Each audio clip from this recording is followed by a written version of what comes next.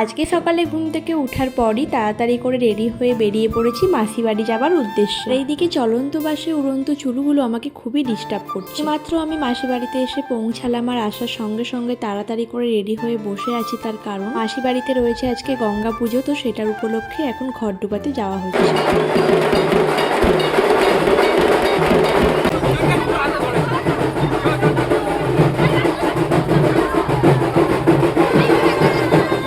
অনেক বছর পর মাসি বাড়িতে এবার আমি গঙ্গা পুজোয় আসলাম। ছোটবেলায় যে কখন এসেছি সেটা আমার এখন মনে নেই। ঘট ডোবানো কমপ্লিট হয়ে গেছে আর আমরা মণ্ডপে চলেও এসেছি। আর এটা হচ্ছে গঙ্গা প্রতিমা, ঠাকুরটাকে খুব সুন্দর দেখতে লাগছে। মন্দির থেকে আসার পর ফ্রেশ হয়ে একটু মাসির সাথে গল্প করছিলাম, কারণ আসার পর থেকে মাসির সাথে কথাই হয়নি। একদম ডাইরেক্ট এসে আমি চলে গিয়েছিলাম মন্দিরে। খাওয়া দাওয়া কমপ্লিট করে দুপুরে একটু ঘুমিয়ে পড়েছিলাম। তারপর বিকেলবেলা উঠার পরই মাসি এখন দিয়ে দিয়েছে 1 কাপ চা, তার সাথে 2টো বিস্কিট। চা খেতে বসেছি, আর এইদিকে দেখি মা, বাবা, বোন সবাই এসে হাজির। ওদের আসার কথা ছিল না, হঠাৎ করেই চলে এসেছে সবাই মিলে। সবে মাত্র চা খাওয়া কমপ্লিট করলাম, কিন্তু ওরা আসাতে ওদেরকে কোল্ড ড্রিঙ্কস দেওয়া হয়েছিল, তো সেটাও এখন আমি খেতে শুরু করে দিয়েছি। গরমের উপর ঠান্ডা চলছে। তারপর সবাই মিলে চলে এসেছি এখন পুজো মণ্ডপে। এখানে হবে এখন সন্ধ্যে আরতি, তারপর কিছু প্রোগ্রামের আয়োজন করা হয়েছে, তো সেটাই হবে। সকালবেলা আমি একা এসেছিলাম, ওদের আসার কোনো রকমই কথা ছিল না, শুধুমাত্র বাবা আসবে বলেছিল, কিন্তু হঠাৎ করে দেখি সবাই মিলে চলে এসেছে।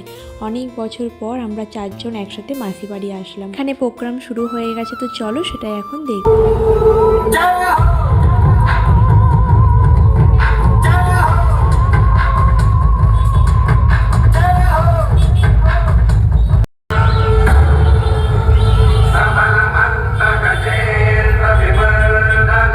পুজো উপলক্ষে 6 দিনের একটা প্রোগ্রামের আয়োজন করা হয়েছে, তো সেটারই আজকে প্রথম দিন ছিল। একটুখানি দেখছিলাম, তারপর এখন বাড়ি চলে আসছি।